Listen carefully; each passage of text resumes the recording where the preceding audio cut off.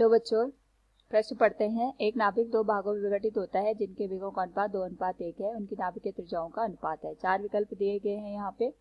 तो सबसे पहले हम यहाँ पे मुख्य अवधारणा का प्रयोग करेंगे। इस स्थिति में हमारे पास यहाँ पे जो मुख्य अवधारणा है वह है संवेग संरक्षण का नियम। संवेग संरक्षण का नियम हमें ये बताता है कि हमारे पास यहाँ पे बाहरी बल की अनुपस्थिति में जितने भी संवेग होता है इसका जो कुल मान होता है ये हमारे पास यहाँ पे संरक्षित रहता है, यानी हमारे पास प्रारंभिक संवेग अंतिम संवेग के बराबर होगा।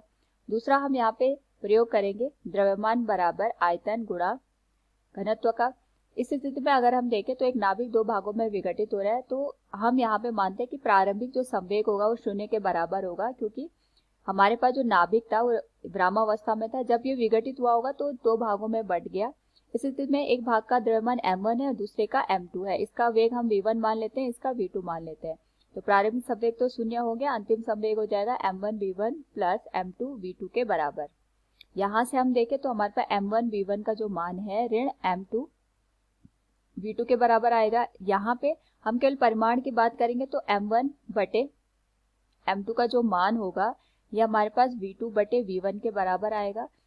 यहाँ पे अगर हम देखें तो हमें प्रश्न में वेगों का जो अनुपात है 2:1 दे रखा है। इसको मैं थोड़ा यहाँ पे परिवर्तित करके लिख सकती हूँ। v1 बराबर बटे v2 ये हो जाएगा 2/1। इसका जो मान है द्रव्यमान के रूप में m2 बटे m1 के बराबर आ जाएगा। यह हम समीकरण 1 मान लेते हैं। और हमें पता है कि जो नाभिक होता है इसका जो यहाँ पे आकार होता है गोलीय इसकी संरचना होती है, और गोले का जो आयतन होता है 4/3 पाई गुणा त्रिज्या की घात 3 के बराबर होता है। तो जो द्रव्यमान आएगा ये आएगा आयतन 4/3 पाई गुणा त्रिज्या की घात 3 गुणा घनत्व के बराबर।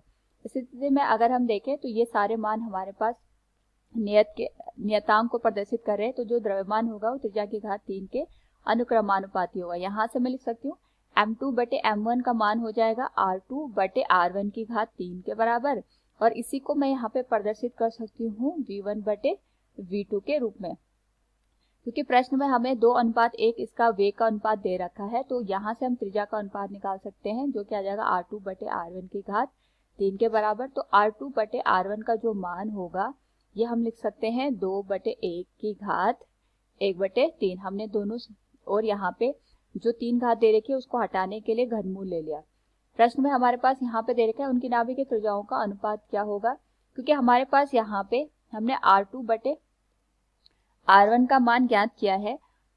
अगर हम यहाँ पे देखें तो हमारे पास जो त्रिज्या का अनुपात होगा वो हम पहले जो हमारे पास यहाँ पे नाभिक होगा उसकी त्रिज्या r1 लेते हैं और दूसरे की r2 लेते हैं। तो r1 और r2 का जो अनुपात होगा ये होगा 1/2 की घात 1/3। तो दिए गए प्रश्न के अनुसार अगर हम देखें तो विकल्प भी सत्य हो जाएगा। उम्मीद है आपको समझ में आया होगा। धन्यवाद।